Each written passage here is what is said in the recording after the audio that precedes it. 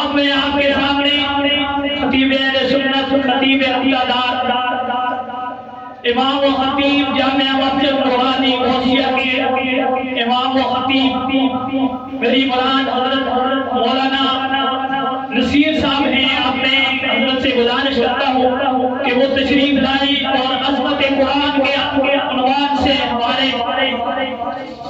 اور آپ کے سامنے اپنے خیالات کا اظہار کریں. ہمارے دلوں کو عظمت قرآن سے منور کرنے کے لیے تشریف لاتے ہیں حضرت مولانا نصیر صاحب، امام و خطیب جامعہ مسجد نورانی غوثیہ. الحمدللہ والصلاة والسلام علی من لا نبی بعدہ، اما بعد اعوذ باللہ من الشیطان الرجیم، بسم اللہ الرحمن الرحیم. انا نحن نزلنا الذکر وانا له لحافظون. صدق اللہ مولانا العظیم وصدق رسولہ النبی الکریم الامین الرؤوف الرحیم. صلوا علی الحبیب. درود پاک اللہ کے محبوب علیہ السلام کی بارگاہ میں نذرانہ اور پیش کیجئے. اللہم صلی علی سیدنا و مولانا محمد وعلی آل سیدنا و اصحاب سیدنا و مولانا محمد وبارک وسلم. بعد از حمد و ثنا لائق صد عزت و احترام و تکریم جمیع حضرات، بالخصوص علماء کرام، میرے سر کا تاج، جمیع حضرات علماء کرام، آج اس بزم میں ہم خوش قسمتی ہے ہماری ہم بیٹھے ہیں. وہ نورانی بزم ہے. آج ایک چھوٹے سے بچے نے اللہ کی لاریب کتاب کو اپنے سینے میں محفوظ کر لیا ہے. یہ بالکل چھوٹا سا ہوتا تھا. نورانی قاعدے سے اس کو الحمدللہ میں نے سٹارٹ کروایا، پھر اسے ناظرہ کمپلیٹ کیا. اب الحمدللہ وہ بہار دیکھنے کو مل رہی ہے کہ آج اس نے اللہ کے پورے قرآن کو الحمد والناس اپنے سینے میں محفوظ کروا لیا.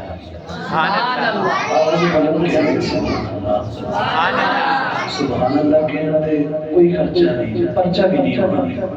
ٹھیک ہے نہ پرچہ ہونا نہ تو صدر خرچہ ہونا، پیار نہ بہت چھوٹا. سبحان اللہ. اللہ کی لاریب کتاب کو انہوں نے اپنے سینے میں محفوظ فرما لیا ہے. رب خود فرماتا ہے اِنَّا نَحْنُ نَزَّلْنَا الذِّكْرَ وَإِنَّا لَهُ لَحَافِظُونَ. بے شک ہم نے اس قرآن کو نازل کیا ہے اور ہم ہی اس قرآن کی حفاظت بھی فرمائیں گے. اللہ وحدہ شریک جیسے اس کی حفاظت فرمائے گا.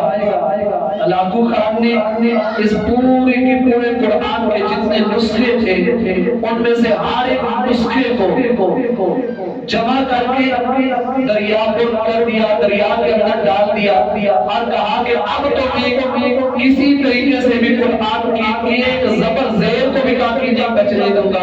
تو اسی کے سٹیج پہ کھڑے ہو کر ایک ننھے سے بچے نے کہہ دیا تھا آپ یہ برقوں پہ لکھا ہوا تو ختم کر سکتے ہو لیکن جو لوگوں کے سینوں میں محفوظ ہے اس کو آپ ختم نہیں کر سکتے. سبحان اللہ. اللہ واللہ شریک نے اس قرآن کی حفاظت کا خود ذمہ اٹھا رکھا ہے.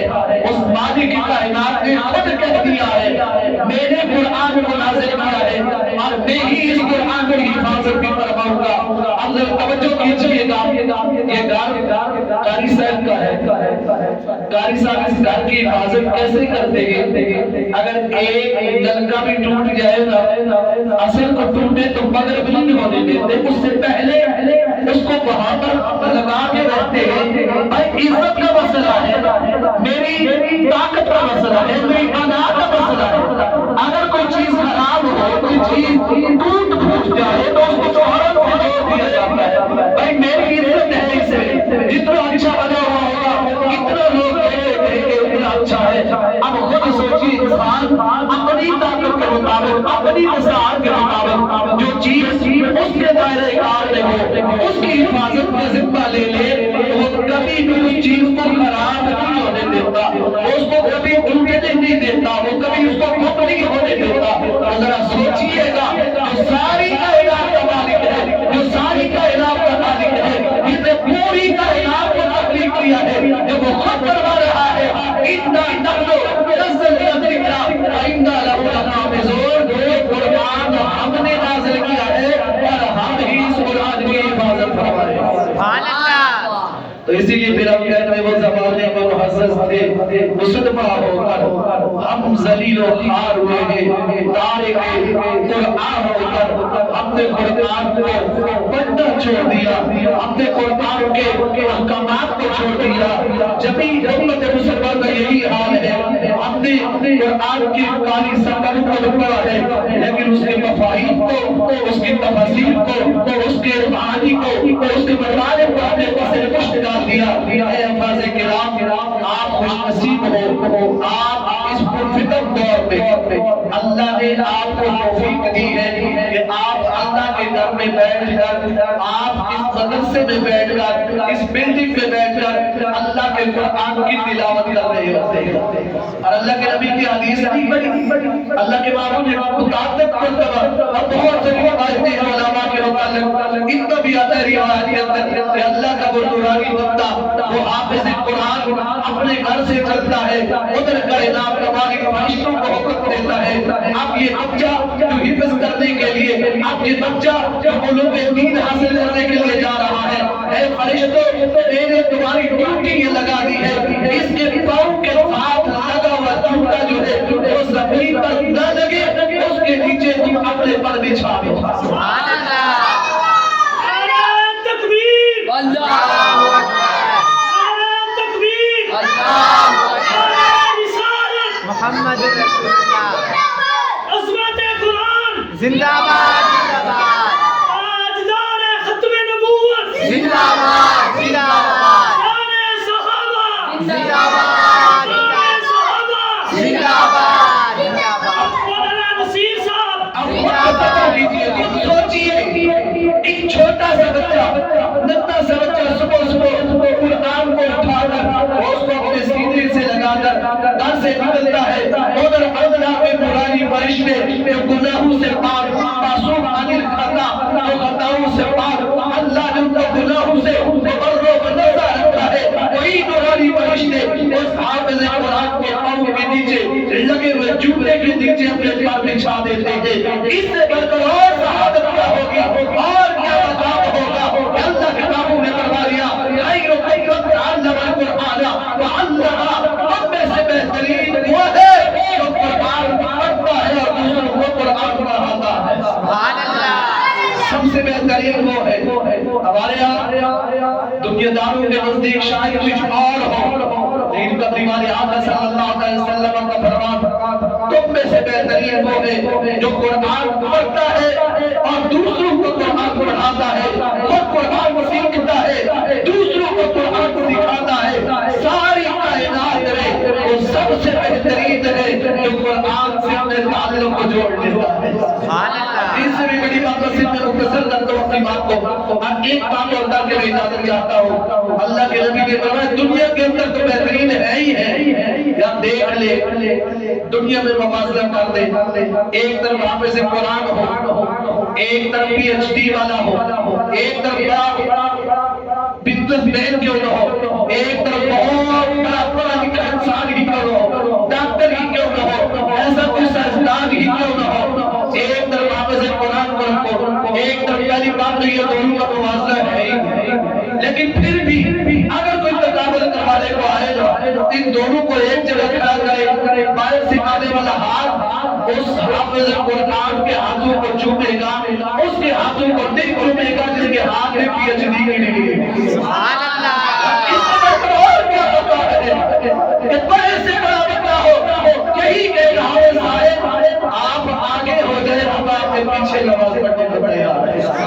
دنیا کے اندر بھی اللہ عزت دے دیتا ہے، یہ مت سمجھا کرے، مت کہا کرے اور جی عید کی طرف آئے گا تو کھائے گا کہاں سے، میں ابھی آپ کو بتاتا ہوں میرے مدرسے کے اندر جو قاری صاحب پڑھا رہے ہیں، ہمیں ایک اچھی بڑی تنظیم نے ہمارے ساتھ ایگریمنٹ کیا، سب کچھ کیا، اور وہ کرنے کے باوجود 7-8 مہینے گزرے تو وہ آمدنی شمدنی حاصل کچھ نہ ہوئی، تو انہوں نے چلتا رہ لیا، انہوں نے کہا کہ ہم یا مزید نہیں چل سکتے۔ اچھا ہوا کہ آپ پچھلے 2 مہینے سے ہم نے قاری صاحب کو تنخواہ دی، 2 مہینے۔ حضرت سوچئے گا اگر دنیا کے اندر ایک دن کسی کو نہ دینا تو شاید دوسرے دن کام کے لیے نہ آئے، لیکن حافظ قرآن جو قرآن کو پڑھا رہا تھا 2 مہینے سے وہ مسلسل پڑھاتے رہے، ذرا برابر ان کی محنت کے اندر کوئی کمی نہ آئی، اور کسی معاملے میں کچھ کمی نہ چھوڑی۔ اچھا آج جمعے کا دن تھا، میرے دوستوں سے کہا، میں نے کہا اور تو کچھ نہیں ہے، 2 مہینے ہو گئے کہ وسیم قاری صاحب کو اپنے تنخواہ نہیں دی ہے۔ یقین جانیے کہ اسی جمعے کی نماز کے دوران ہی وہ قاری صاحب کا جتنا معاملہ تھا وہ اللہ نے پورا کر دیا۔ رب کہاں سے دیتا؟ میں نے اس بڑی تنظیم کو پھر ہاتھ میں وہ پیسے رکھ کر میں نے کہا بھی تھا اگر تم نے بدلا کیے تھے تو کائنات کے مالک نے تو بدل نہیں کیے تھے۔ یار وہ تو رزق دینے والی ذات ہی وہ ہے جو کائنات کا مالک ہے، وہی رازق ہے، وہی رزاق ہے، وہی ساری کائنات کو دیتا ہے۔ اگر دنیا دار کو دیتا ہو تو پھر اس کے دروازے میں جا کر بیٹھے، جو کل کائنات کا مالک ہے وہ دے رہا ہے، تو پھر دنیا داروں سے کوئی قصر رکھا کرے، اور بالخصوص حفاظ قرآن اپنے اس عقیدے کو مضبوط بنائے، اور اتنا پختہ کرے، اتنا یقین رکھے۔ یقین جانیے کتنی دفعہ ایسا ہوتا ہے انسان 1 روپے کے لیے کچھ سوچ رہا ہوتا ہے اور اللہ غیب کی مدد سے کہیں ایسا بھیج دیتا ہے کہ شاید پورے مہینے کا نظام چل جائے۔ رزق دینے والی اللہ کی ذات ہے، یہ ڈگریاں رزق نہیں دیتی۔ کتنے پی ایچ ڈی کیے ہوئے لوگ بھی روڈوں پہ رو رہے کہ نہیں رو رہے؟ وہ دنیا میں بھی رو رہے ہیں، آخرت میں بھی رولیں گے، لیکن حافظ قرآن کے لیے کیا ہوگا؟ وہ دنیا کے اندر بھی عیش و عشرت کے ساتھ اگر روڈ پر نہیں ہے نا، وہاں پر بھی چلتے ہوئے چند بندوں نے دیکھ لیا، وہاں پر بھی یہی کہیں گے حضور نام آگے ہو جائے، آپ نماز پڑھا رہے ہیں، آپ کے پیچھے کھڑے۔ اگر وہ دنیا داری میں بھی جگہ ہو تو پھر بھی لوگ اسے دیکھ کر اس کی عزت و تقریب بھی کرتے ہیں۔ اور کل قیامت والے دن کیا ہوگا؟ اللہ کے محبوب نے فرمایا کہ حافظ قرآن جائے گا نا، باقیوں کو اللہ کہہ دے گا، کسی کو کہے گا باب الصیام سے داخل ہو جاؤ، کسی کو کہا جائے گا باب الریاض سے داخل ہو جاؤ، کسی کو کہا جائے گا باب الصدقات سے داخل ہو جاؤ، کسی کو کہا جائے گا باب الصلاۃ سے داخل ہو جاؤ، کسی کو کسی اور دروازے سے داخل کر دیا جائے گا۔ حافظ قرآن کو کہا جائے گا اے حافظ قرآن، تیرا مقام، تیرا شرط یہ ہے، آج تیرے لیے کوئی منزل متعین نہیں ہے، آج تو قرآن کو پڑھتا جا اور جنت کی سیڑھیاں پڑھتا جا، اور دعوت جہاں قرآن کو تو جا کر ختم کرے گا، جنت میں تیرا مقام بھی وہی ہوگا۔ اچھا باقیوں کے لیے منزل متعین، باقیوں کے لیے گیٹ متعین، باقیوں کے لیے دروازے متعین، لیکن قربان جائے ان افاظ پہ، قربان جائے ان علماء پہ، قربان جائے ان لوگوں پہ جنہوں نے اللہ کے قرآن کو سیکھا ہے، اللہ کے قرآن سے اپنے تعلق کو مضبوط بنا لیا ہے۔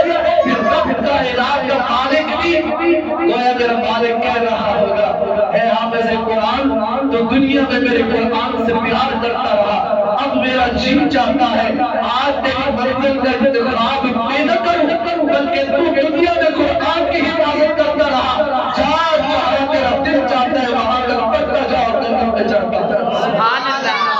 آج تیرے لیے کوئی انتخاب نہیں ہے، آج تیرے لیے کوئی سیڑھی نہیں کہ فلاں جگہ تک ہی جا سکتا ہے، وہاں سے اوپر نہیں۔ جتنا اچھا دنیا میں پڑھتا تھا، جتنا ٹھہر ٹھہر کے پڑھتا تھا، آج بھی ٹھہر ٹھہر کے پڑھتا جا اور جنت میں چلتا جا، جنت کی سیڑھیاں چلتا جا۔ اور پھر اسی میدان حشر میں حافظ قرآن کے والدین جن کے سروں پر اللہ وحدہ لا شریک ایک ایسا تاج رکھے گا جس تاج کو دیکھ کر وہاں انبیاء بھی رشک کر رہے ہوں گے، شہداء بھی رشک کر رہے ہوں گے، صالحین بھی رشک کریں گے۔